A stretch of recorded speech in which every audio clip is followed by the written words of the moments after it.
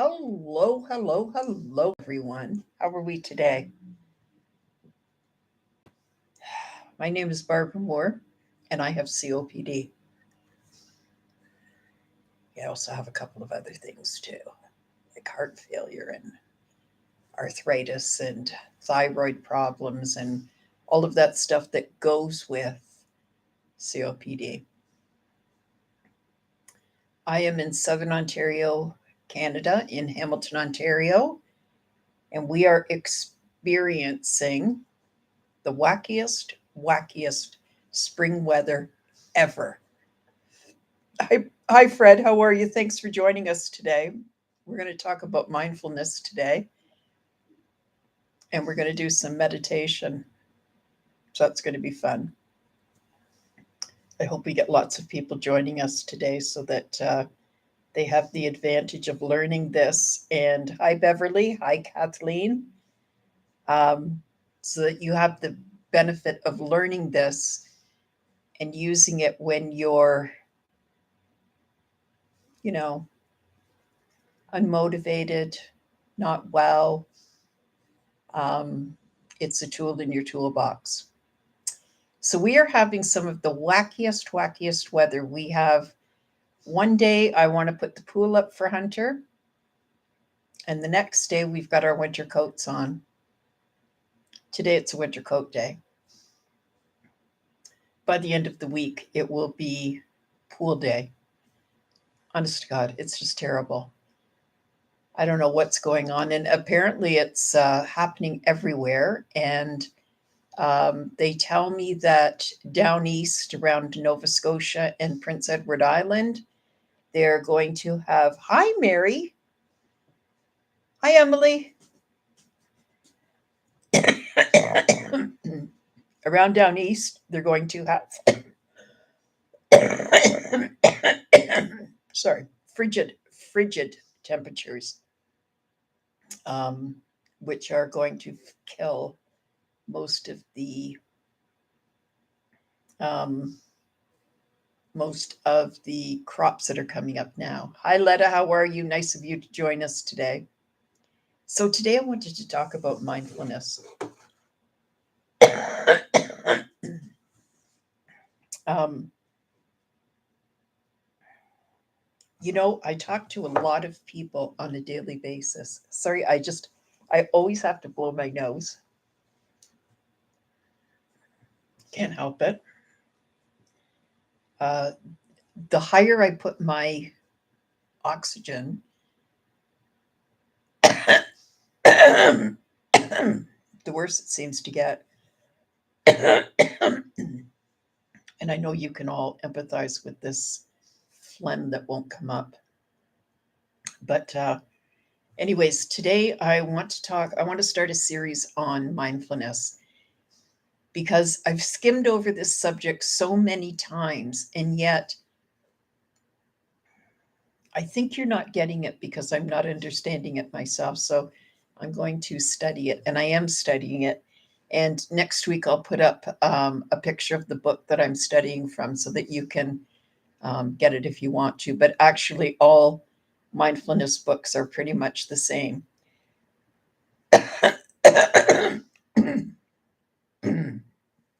Oh, excuse me. I'm so sorry. Sorry, don't go away. I won't do it again. So I talk to a lot of people on a daily basis. Most have COPD. Some have comorbidities of COPD, such as heart failure, um, low kidney function, thyroid issues, and lung cancer.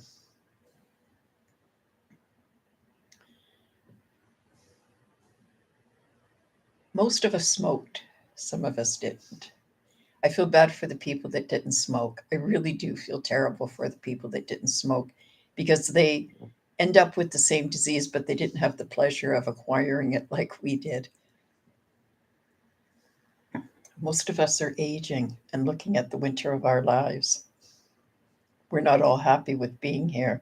and we are begrudgingly acknowledging that on a daily basis. We have a hard time in the here and now. Our lungs are declining and our body is betraying us. It is a stark reminder of the past. It's true that we're no longer that 30, 40, 50-year-old with the strength of Atlas. You know, I look at my kids and I think they are the strongest buggers in the world, and they can do almost anything. Like I can say to my son, move this cupboard, and he just picks it up and moves it and goes, okay, what do you want next? And you know how long it would take for us to do anything like that. And I enumerate about the days when I could do those things too, when I was in my 30s, 40s. And even in my 50s, I was still pretty strong. And I had been suffering from, I guess those were the early days of COPD, but I still was pretty strong and I could get a lot of stuff done. But today I have to wear slip-on shoes because I can't bend over to tie my shoelaces.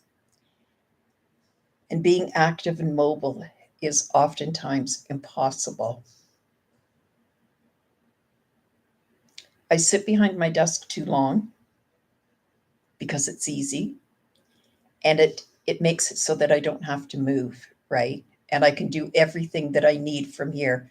I can talk to people. I can, Terry, how are you? Nicola,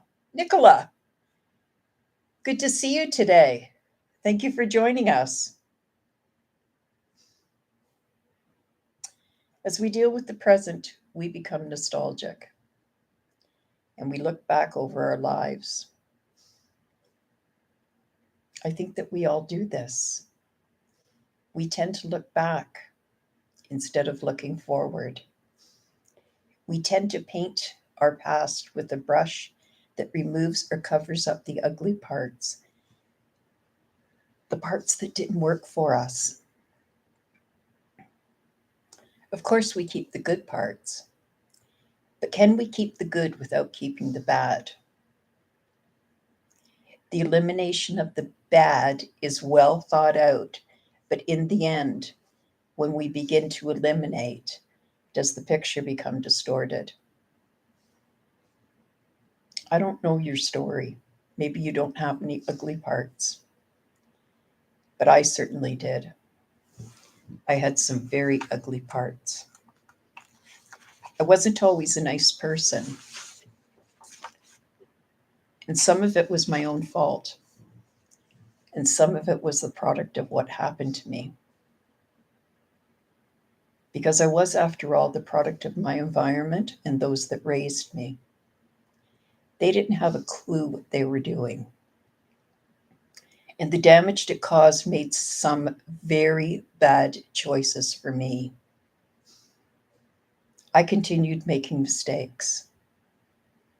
I was often short with my kids, although the only thing that I wanted in this world was to get married and have a family. I didn't want to do it on my own, but I would have if I had to, because having kids was that important to me. And yet, when I had them, I was so short with them. I was always trying to do more than I could possibly handle.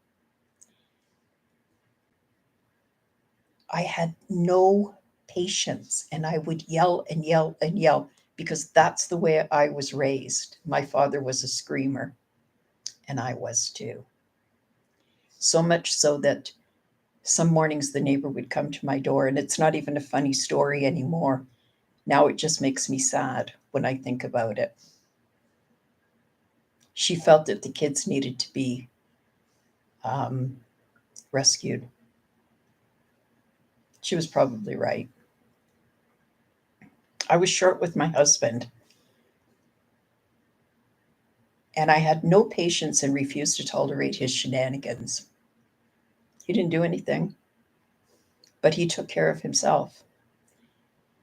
He played sports, and that was all he wanted, was time for himself. And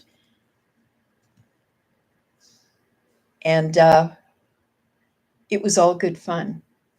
I had the opportunity to do it for myself, but I didn't want to. So I blamed him for it. Instead of finding what would feed my heart and help me to be a better mother and a better wife, I didn't realize what I had. And as I was always looking for something else, something that would fulfill me,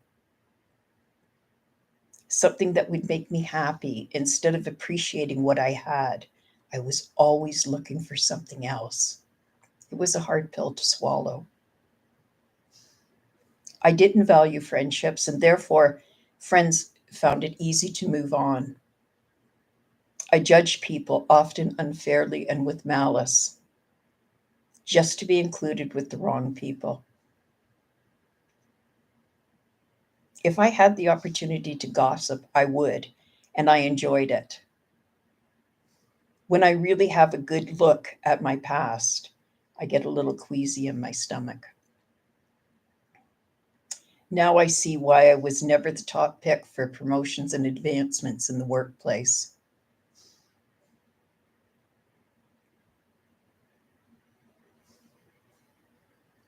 And I understand better why other people were.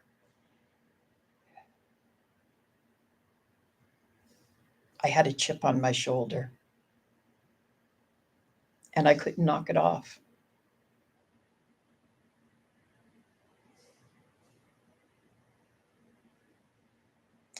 We just can't wish away our current situation, or living in the present by making the past perfection. It doesn't work.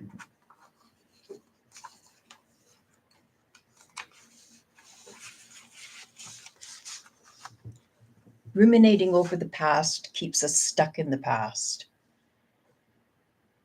We can paint the past with many strokes of paint that make it seem perfect. But was it really perfect?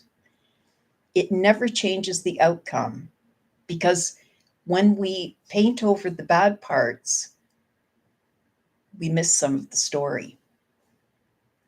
We can recycle it and we can make it seem more than it's worth, but you cannot change the past. You can not control the future. You have only now and this present moment. It's a tough pill to swallow, eh? We all want to seem to go back to what we had in the past, to who we were in the past, to the things that presented to us in the past, but it doesn't always work. Nostalgia keeps us stuck in the past that we have no way of changing. We can't change it. There's nothing that we can do about it. We can paint it how we want to, but the pain of the past remains. Think about why you smoked. Why did you smoke? If it hadn't been the pressure and the stress of your life, would you have done it? Would it have been something that was necessary? And if you had been satisfied in your life, would you have needed to release the stress with smokes? Seriously, think about why you smoked.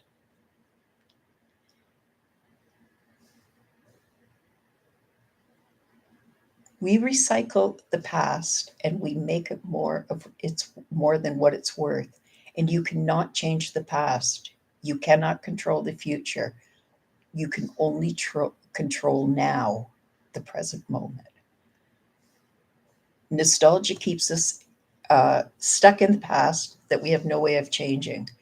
And we can paint it how we want to, but the paint of the past remains. The things that happened happened, and we can't pretend that they didn't. So if you go back to your past, the same things will happen. It won't be any different. The things that happened will happen again. A refocus of our attention is necessary in order to escape being in the loop of nostalgia that plays over and over without changing the results. It's true, Mary. The past is the past. Um, and today is what counts.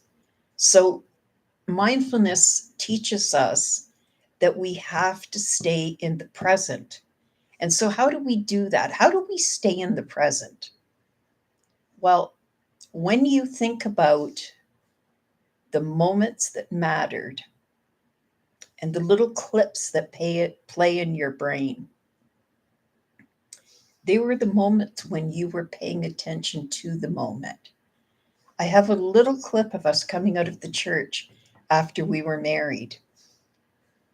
Just a little clip. I can't remember much of it. It was 45 years ago. But I have this little clip of coming out and thinking, oh, the day turned out beautiful. And that was because I was paying attention in the moment. There is no older you. There is only the present you. Refocus your attention to the present. Stop worrying about the past. You can't change that. Even if you get stuck in the past, it's going to play in a loop over and over again, and you are not going to change it. So today I want to do some meditation with you. Sit back in your chair, shoulders back and down. When you lower your shoulders, it's going to hurt. Believe me when I tell you it's going to hurt. But do it anyways. Because when we breathe with these muscles up here, it is improper breathing. It's not efficient breathing. So keeping your shoulders lowered, keeping your back straight. Take a few deep breaths in and out.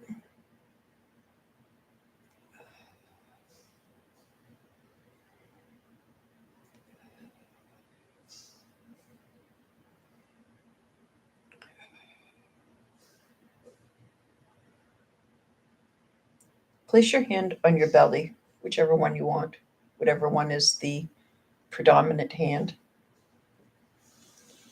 and begin using pursed lip breathing. So pursed lip breathing is breathing in through your nose and taking it deep into your belly. And you should feel your belly move, if only slightly. Hold your breath for a few seconds. Don't hurt yourself, but hold your breath for a few seconds. Then slowly let the breath out through your mouth, through pursed lips. And exhale longer than you inhale. So,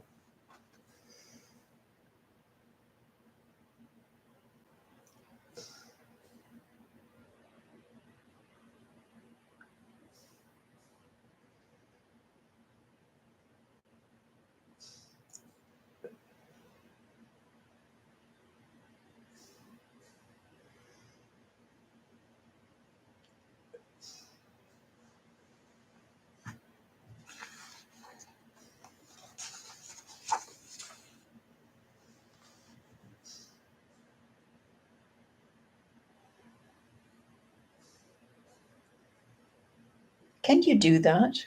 Can you breathe? Can you belly breathe using pursed lips? And if you can practice this several times a day, what will happen is that when you become short of breath, this will become your go-to. This is efficient breathing, and it will help you to recover your breath much more quickly than if you're breathing with your neck and your shoulders. Take 5 minutes for this simple mindful exercise and give each sense a moment of thought. Hear sounds around you. What's happening? Can you hear the kids out playing? Smell the air and the environment that you live in. See what's happening around you. Pay attention to it and hold on to the memory. The birds are chirping, the squirrels are running. Taste a small candy in your mouth or the aftertaste of your past meal. Touch. Notice your feet when they contact the floor, or your clothes when they contact your body. These are your 5 senses: hear, smell, see, taste, touch. When you are finished, take a pause. There is no older you. There is only the present you. Refocus your attention on the present. Take 5 minutes to realize that. This is Barbara Moore, and I hope that you enjoyed this today. We are going to continue on this for the next couple of weeks. Next week, I'm going to talk about mindfulness and social media and what that means to most of us. Thank you for today, everybody. I appreciate it. And please like and follow me so that we can build up this channel. Thank you.